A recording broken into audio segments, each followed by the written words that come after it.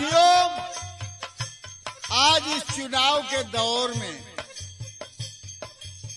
सारे साथी, सारे लोग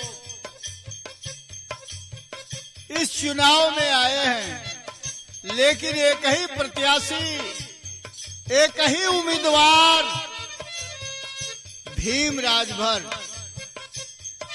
बहुजन समाज पार्टी से आए हैं। इनको देख करके, इनके लोकप्रियता को देख करके सारे प्रत्याशी हैरान हैं।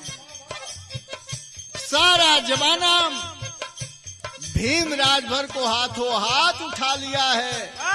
71 लोकसभा में इनका जवाब नहीं है, और जनार्दन सिंह यादव तो इनके लिए इतना तैयार, तन मन धन लेकर के तैयार इनके लिए सारा चीज कर रहे हैं, करा रहे हैं, बिरहा गवा रहे हैं। यहाँ तरज बा कौन बा मास्टर, तनी एक झलक बजेगो। अरे वाह,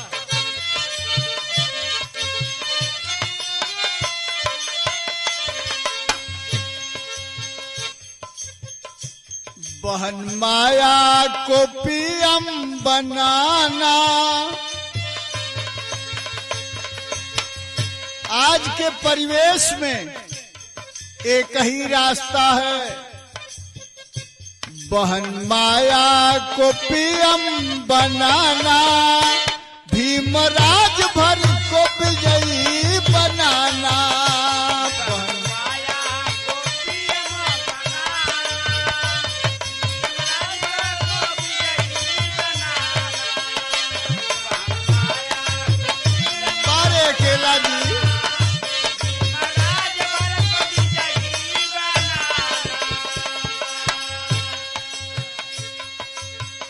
भीम राजभर जी हाथी निशान, हाथी हाथी हाथी। ये हाथी ऐसा है, बाबा साहब ने संविधान दिया, मान्यवर कांसी राम ने बहुजन समाज पार्टी तैयार किया, और हम गरीबों का सारा विकास का रास्ता खोला। इसलिए कहनाम है कि भीम राजभर को विजयी बनाना, भीम राजभर को विजयी बनाना, हाथी वाली बटन को दबाना।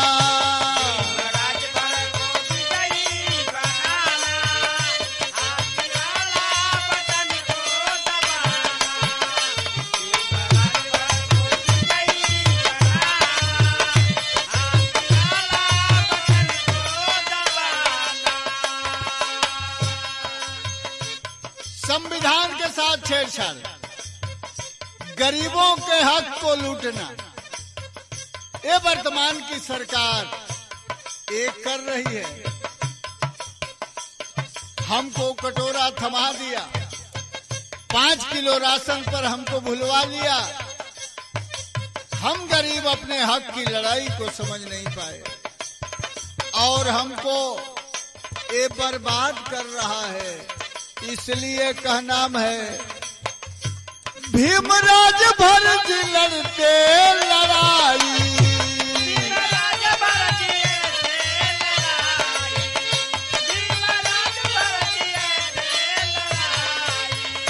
शेर दिल है मेरे बड़े भाई,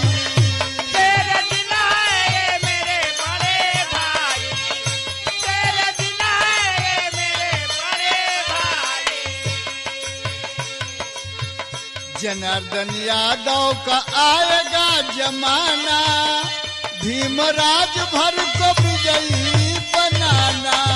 जनार्दन भीम राजभर को विजयी बनाना, जनार्दन यादव को विजयी बनाना, भीम राजभर को आएगा जमाना। साथियों, तरह तनी बदल गई। ए मास्टर, हाथी के निशानावा पर बटना दबैया भैया झूमी रे झूमी ना। भैया झूमी रे झूमी ना, भैया झूमी रे झूमी ना। भीम राज भर के जितैया ए भैया झूमी झूमी ना। राजा भर को जितैया ए भैया झूमी रे झूमी ना। भीमा राजा भर के जितैया ए भैया झूमी रे झूमी ना। राज भर समाज आजा लिहलस अंगड़ाई ए भैया झूमी रे झूमी, ए भैया झूमी रे झूमी ना। हाथी का पतंग दबैया भैया झूमी झूमी।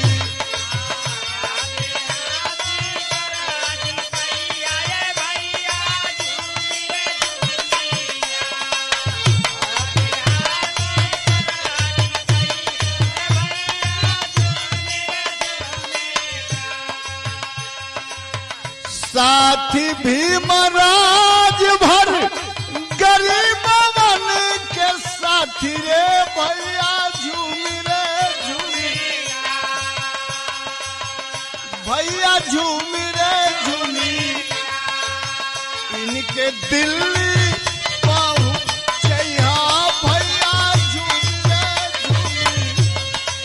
इनके दिल्ली पहुंचैया ए भैया झूमी रे झूमी ना। इनके दिल्ली पहुंचैया ए भैया झूमी रे झूमी ना।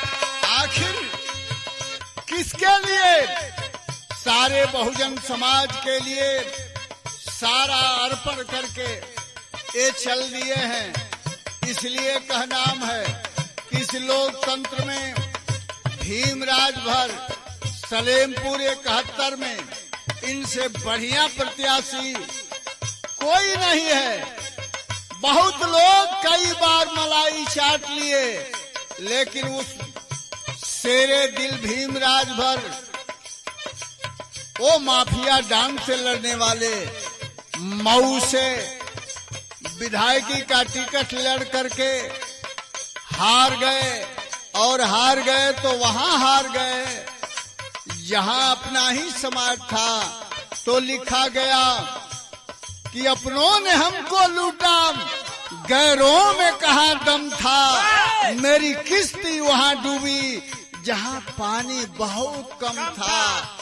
साथियों, तो भीम राजभर घायल प्रत्याशी हो करके सलेमपुर की सम्मानित जनता इस भीम राजभर को इस बार दिल्ली के पार्लियामेंट में भेजना बहुत जरूरी है।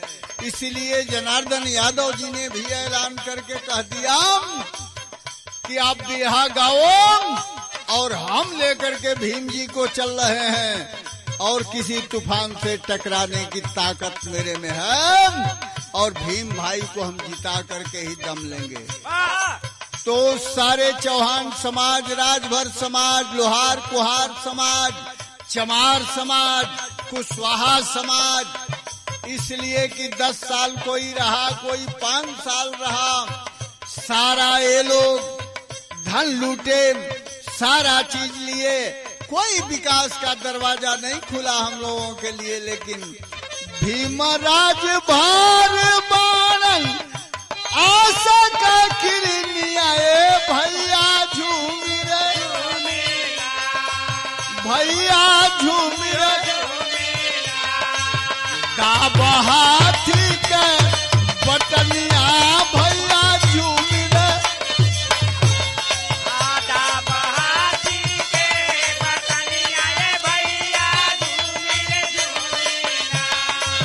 दाब हाथी बारे के लागी क्या बात बा। ए भैया झूमी रे झूमी ना। ए बाबू तनी भर तरज बदल गई, यहाँ वह तरज आ गई कि जमन मजा आम की चटनिया कवन सोवधनिया में नहीं। जवन माया आम की चटनिया तेवन सोवधनिया में नहीं। जवन माया आम की चटनिया तेवन सोवधनिया में नहीं। आ भीम जी के विजयी बनाई दिल्ली पहुँचाई मोर भैया। भीम जी के विजयी बनाई दिल्ली पहुँचावा मोर भैया भीम जी के विजयी दिल्ली पहुंचाईबा मोरे भैया। दिल्ली पहुँचावा अरे दिल्ली पहुँचावा हाथी के बटनिया दबावा दिल्ली पहुँचावा मोर भैया। हाथी के बटानिया दबावा दिल्ली पहुंचावा मोरे भैया। हाथी के बटानिया दबावा दिल्ली पहुंचावा मोरे भैया। दिन दिन देशवा में बढ़ल महंगाई, नौजवान लाचार कहीं नौकरी ना देखाई कि दिल्ली पहुँचावा मोर भैया। दिल्ली पहुँचावा मोर बहन जी के पीएम बनावा दिल्ली पहुँचावा मोर भैया। बहिन जी के पियामा बनावा दिल्ली पहुंचावा मोरे भैया। बहिन जी के पियामा बनावा दिल्ली पहुंचावा मोरे भैया। आलोक प्रिय नेता जनार्दन जी मोर भाई, दुखियन के लड़ते रह के लड़ाई की दिल्ली पहुँचावा मोर भैया। भीम जी से प्रीतिया लगावो यादव रविंदर गीत गाव की दिल्ली पहुँचावा मोर भैया। यादो रविंदर गीत गावा दिल्ली पहुंचावा मोरे भैया। यादो रविंदर गीत गाई दिल्ली पहुंचावा मोरे भैया।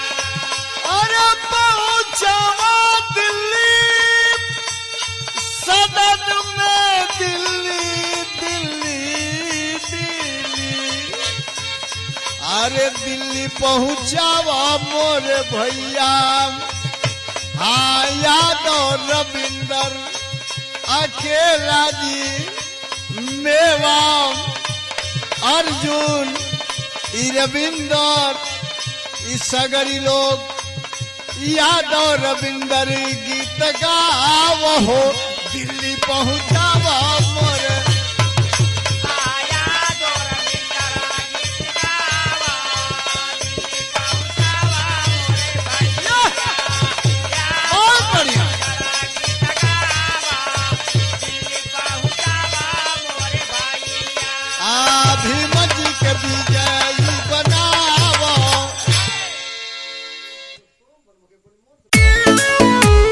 लोकसभा सलेमपुर 71 से कर्मठ जुझारू ईमानदार शिक्षित प्रत्याशी भीम राजभर जिनका चुनाव चिन्ह हाथी 1 जून को हाथी वाली बटन दबाकर भीम राजभर को भारी मतों से विजयी बनाएं।